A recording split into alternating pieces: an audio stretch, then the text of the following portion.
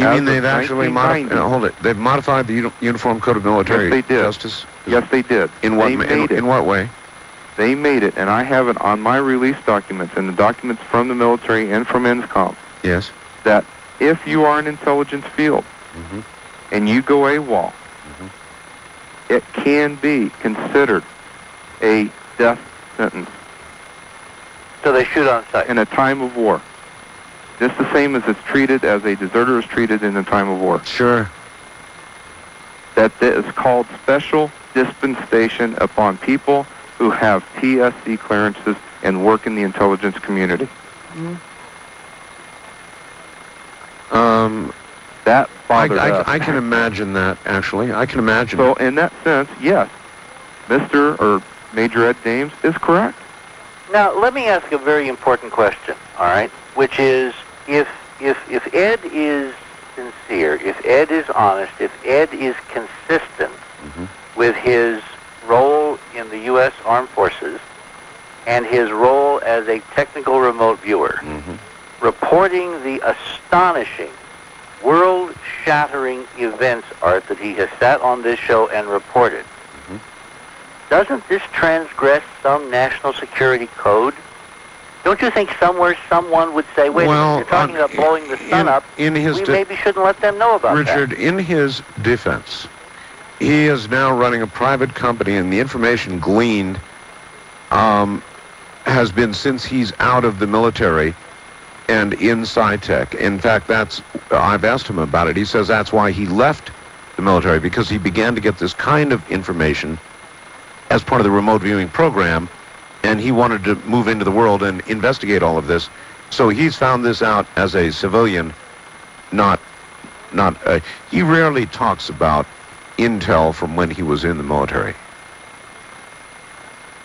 And I watch very carefully how I step around that when I was in also, Art, as we did on your show a few years ago. Because there's things I will not discuss that I worked on within that community from 1984 to 1990. Well, plus it's past history. In your case, Vance, what the hell difference would it make? I mean, if you can sit here and tell us there's about to be a coup d'etat with the nation taken over from within, and that's where then you ought to be able to say anything. Everything else would be small potatoes. That's where my attitude and my view of things, doing research over the past 8 years, in the past 3 years, forming a company and lately in the corporation. Yes, I have a policy that I have always tried to follow, Art, and that is honesty, integrity, and truth. I believe in freedom of choice, and some people are not letting the public or letting certain people know that there are choices out there, and there's a perception of doom and gloom when all that can be changed.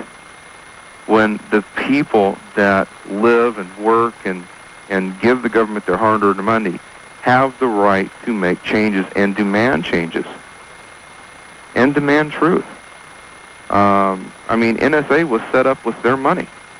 The intelligence community was set up with their money, yet it's the most secretive organization among other, like you call the ABC government, okay, is what we call it. That's money that's from the taxpayers. I know. And we aren't told about them. All black budget, of course. Yes. See, people say, oh, they ended technical remote viewing.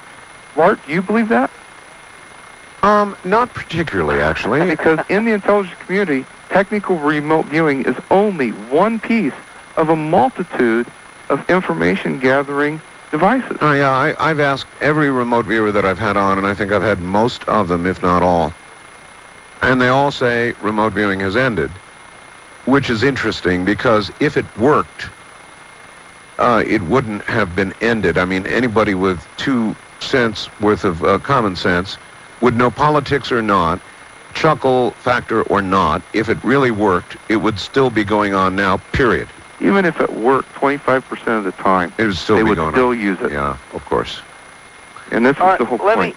Let me say why I got really intrigued with Vance's story and his abilities and his collaboration, apart from the political aspects. The government within a government and a cadre, as I said last night, that exists to suppress information that people deserve to know about. as you know, I'm pursuing the line of the hyperdimensional physics model. We have now published papers. We have a very vigorous research program ongoing. I'm very well aware, yes. I have some news to report tonight on that front. As part of the paper which is on the web, we strongly started looking for an original copy of Maxwell's original 1873 treatise, which is the one with the original quaternion equations, force-space equations, Yes. that basically describe theoretically how Ed Dames and Vance Davis and other remote viewers can do what they do. It's the theoretical backbone, the unified field theory underlying, among other things, the concept of remote viewing. All right? So you are contending, boiled down to English, that remote viewing is a function within the realm of hyperdimensional physics. That's Yes? right. And within the realm of the human species. In other words, consciousness is a facet of this physics, and its ability to transcend conventional space-time coordinates and constraints is implicit in a hyperdimensional model that transcends three-dimensional space-time constraints. And we don't get into the details tonight because we don't have time. But the point is, we were given suddenly, a few days ago, an original copy of Maxwell's 1873 treatise in 2 volumes, 900 pages, $3,500 as a gift to Enterprise. And we are now in the process of designing a mechanism to put it on the web, unexpurgated, in all its splendor and fascination. Has not been seen by most physicists ever, and by more than a select handful. Well, I will say, years. that would be incredible. I will say this. I've heard from a handful of scientists, mathematicians, people in the hard sciences who have read your paper on the web and really do think there is something to it. Well, wait till they get a look at the real Maxwell, which is 900 pages, and Keith, I'm giving you fair warning, we're going to have to design some mechanism to get this out to a lot of people easily. And that's why Richard is talking to me and my people, because we have avenues of doing that. All right, but Richard, I think that's another show. Well, no, I'm not going to go any further. Another night. And what I want to do, if we're going to spend another hour together, I want to keep the two of you online and begin to bring the audience online and let them ask either Vance or you any question they want. Absolutely. That's what I want to do. Is that okay with you guys? That's No okay.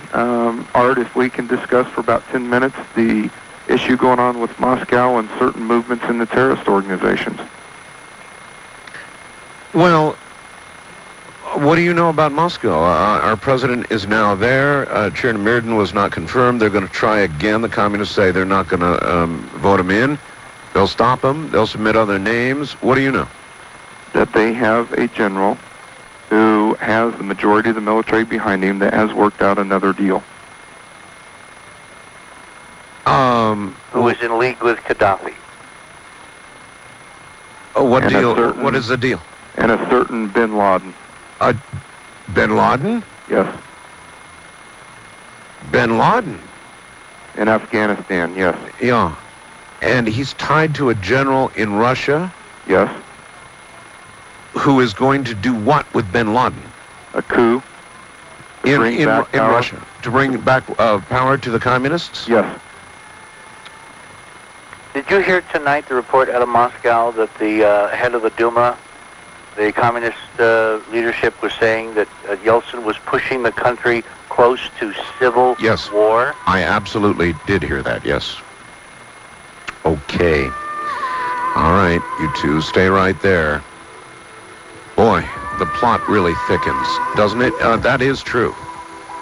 That statement was made that Yeltsin is pushing the country, Russia, into civil war. That could happen. I'm Art Bell.